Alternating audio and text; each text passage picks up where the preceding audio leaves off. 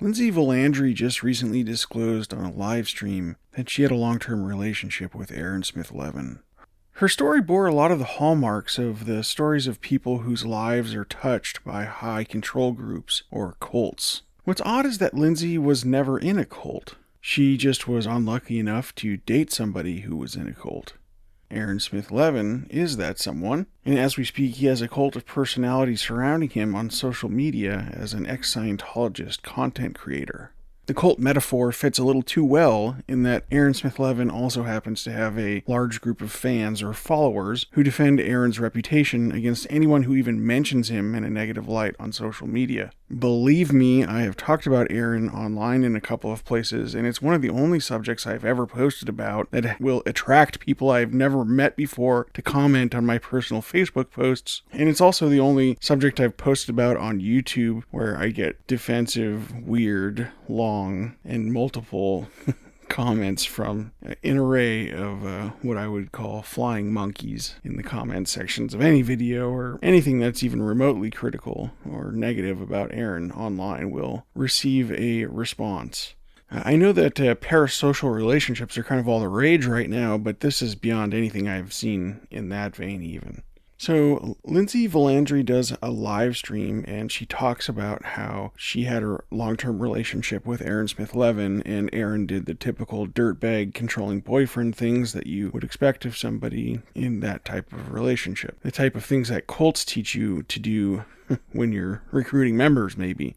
Like isolating somebody from their friends and family and keeping secrets. For years I was with someone and it was a secret.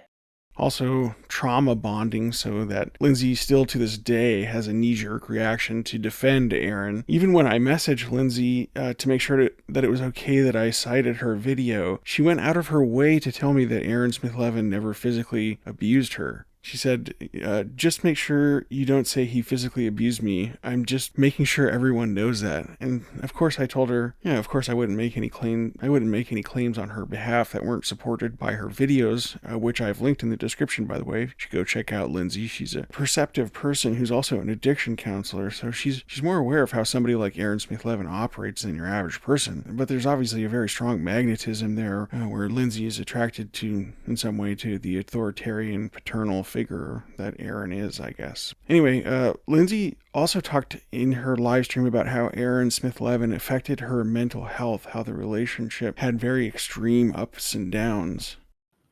To tell the truth, it's been eating me up for years. And I'm glad you got it out. And also how the relationship was characterized by him being dishonest and gaslighting her, which is another thing you could attribute as a learned behavior that one might learn being raised in a cult, for example. And basically, like, being gaslit to think that, like, I'm crazy and the things that I believed or believe are... Lindsay also discussed on her live streams how Aaron Smith-Levin manipulated her into getting an abortion. I'll say it that way to be charitable, but the echoes of how Scientology's Sea Org has forced thousands of young women to have abortions are unavoidable in this instance, and it's just another example of the type of thing that you could cite as a learned behavior that Aaron learned from his occult background. He gave me the money and I went. I remember him saying, I do not consent for you to have this child, and you're going to raise this kid by yourself, another child by yourself. So Lindsay's story is just part of what I consider a long track record of Aaron Smith-Levin having problems with women. I'd like to zoom out here, though, for a moment to talk about a remarkable book that's really helped me frame this issue and understand it. It's a book that I stumbled on when I was casting about, looking to see if anybody had written about a pattern of overlapping behaviors that I was recognizing in what I was seeing in domestic violence relationships, and a lot of similar behaviors that I saw in the coercive control of cults or high control groups. It just so happens that the exact book I was looking for existed, and it actually made another layer of comparisons on top of the patterns that I had already picked up on, and the book is called Terror, Love, and Brainwashing by Dr. Alexandra Stein. the need for attachment, which starts in infancy, is as important as the need for food, shelter, sex, and so forth. That as humans, we have evolved to need to be attached to others. And the reason for that is for the purpose of protection. So if the baby doesn't attach to their parent, they're not going to be protected from the metaphorical lions on the savannah.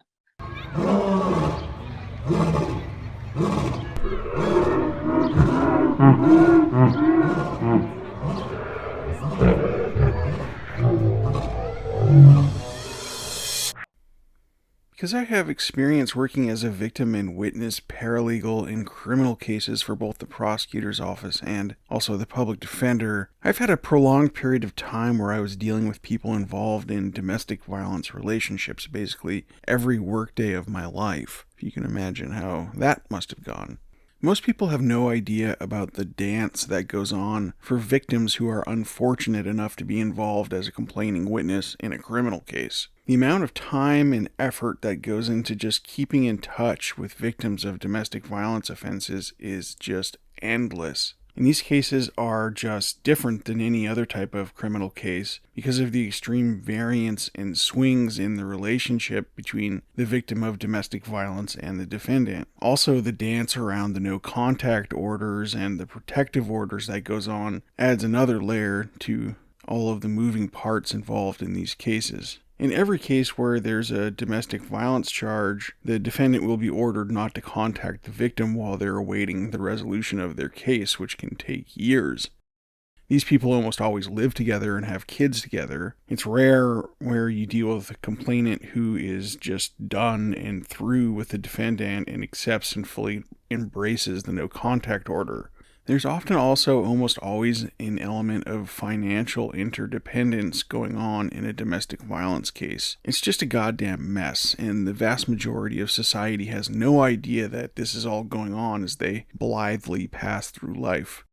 The only segments of people that really understand how this works are people like cops or paralegals and attorneys who work in criminal law or people involved in domestic violence relationships themselves. Although I'm not even really sure about the last category because people in DV relationships are almost entirely unaware of the world outside of their all-consuming relationship. It's a crazy ride, and part of it involves an us against the world mentality or trauma bonding, and just poor circumstances as children obviously contributes to this. It's because I have this sort of background that I noticed that there is a lot of overlap in the way that these sorts of relationships functioned, like the relationships in domestic violence cases and the relationship in coercive cults.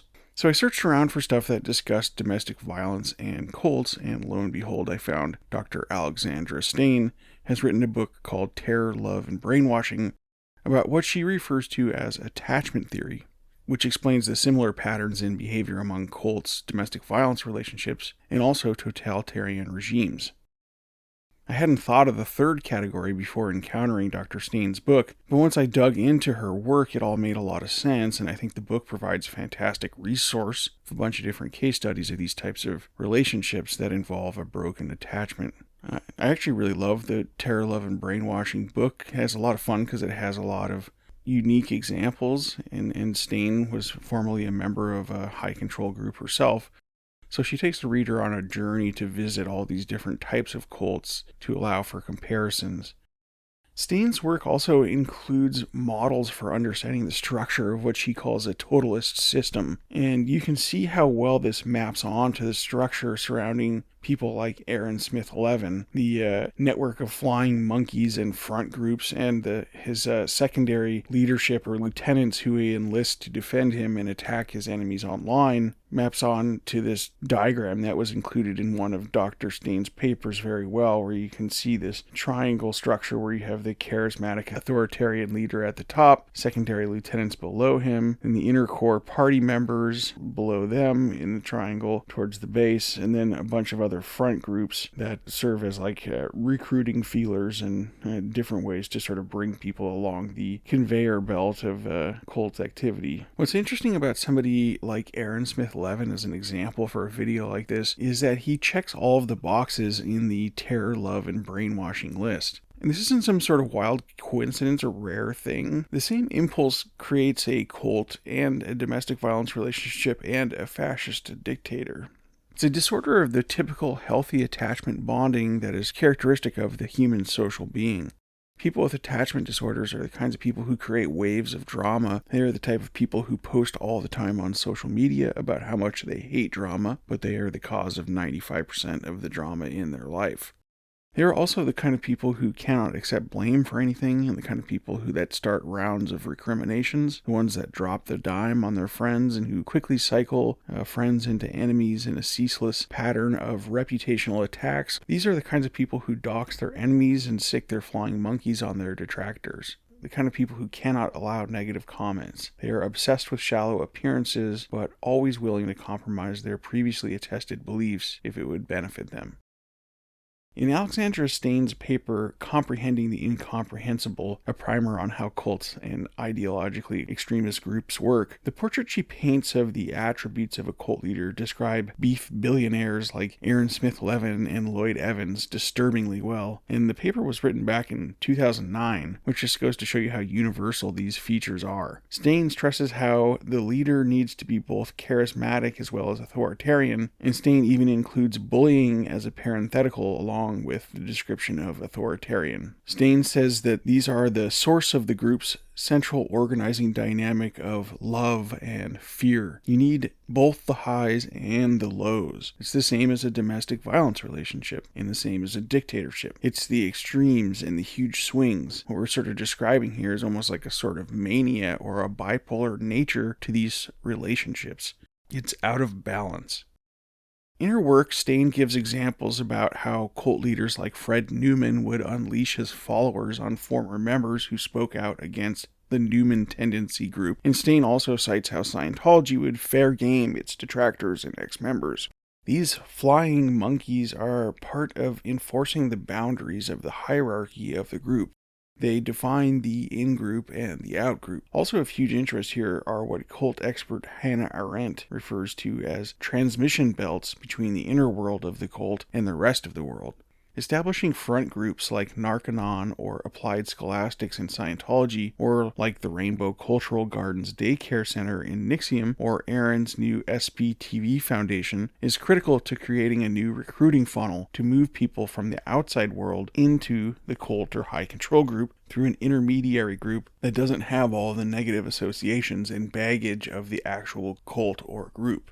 One other super interesting parallel that I ran into while watching clips of Dr. Stein talking about her idea in books on podcasts is there's a really interesting clip where Stein was talking to a Scientology researcher, Jon Atack, who's also written a very well-received book on Scientology called A Piece of Blue Sky. But Dr. Stein was on there talking about attachment theory, and at one point in her discussion, she talks about how the liberal political cult that she was involved in, Stein talked about her suspicions now that the cult that she was part of as a young woman was actually a part of an effort to destabilize what was a burgeoning local liberal progressive movement that was genuine in her area of Minnesota at the time.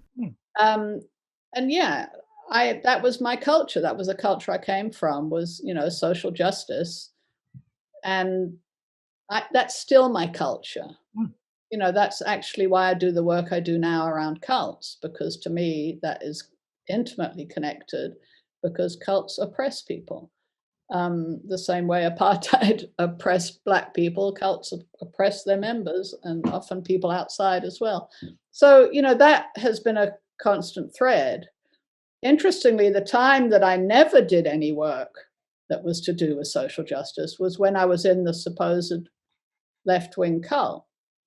Because basically, and therein lies a long story, because my hypothesis is that actually it was I don't know if it was the FBI or one of these kind of undercover arm's length from the government, but connected to the government operations to split and kind of neuter the left in Minneapolis and St. Paul, where there was a very, very active progressive movement.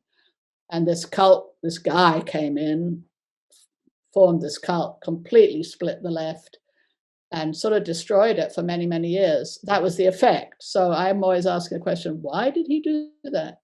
This is exactly the process I was describing in my first video about Aaron Smith-Levin, where Aaron is taking all the oxygen out of the room in terms of anti-Scientology activism right now, making it a lot harder for any genuine movement of grassroots nature to grow on its own in trying to take on some other project like getting rid of Scientology's tax-exempt status or trying to encourage various government entities to hold Scientology accountable for obstructing justice in the Danny Masterson case is just two possible examples. Instead, the project seems to be discussing Aaron Smith-Levin these days. Anyway, Stein is basically describing something along the lines of COINTELPRO or some agent provocateur, exactly along the lines I was discussing in my first video, but also as just other examples of similar things that have happened in other ex-high control group communities would be like the Lloyd Evans situation, which I also mentioned in my previous video, where it came out eventually that Lloyd Evans was bullying all sorts of people in the background of the XJW community, running people off from making content, so as he could sort of dominate the scene as like the lone professional XJW out there, and also serving as like the point of contact or like the funnel for people leaving the religion, and also again sort of sucking up all the oxygen in the room, just like Marty Rathbun did a decade ago when he got the entire ex-Scientology community all wrapped up in his indie movement and his wife's lawsuit against Scientology, until Marty and his wife pulled the rug out and wasted incalculable time and effort in strangling a possible splinter group of indie Scientology in its crib.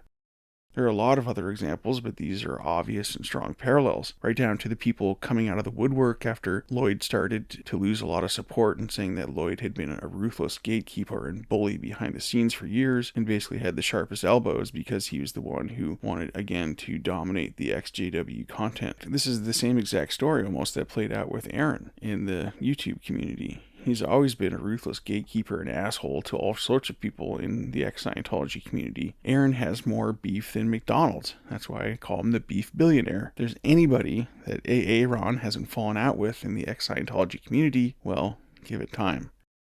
It's really uncanny, the mirror between Lloyd and Aaron, down to the unusual double-letter beginnings of their names. LL Oid and Aaron. Somewhere in there is an L, R, and an H, I'm sure.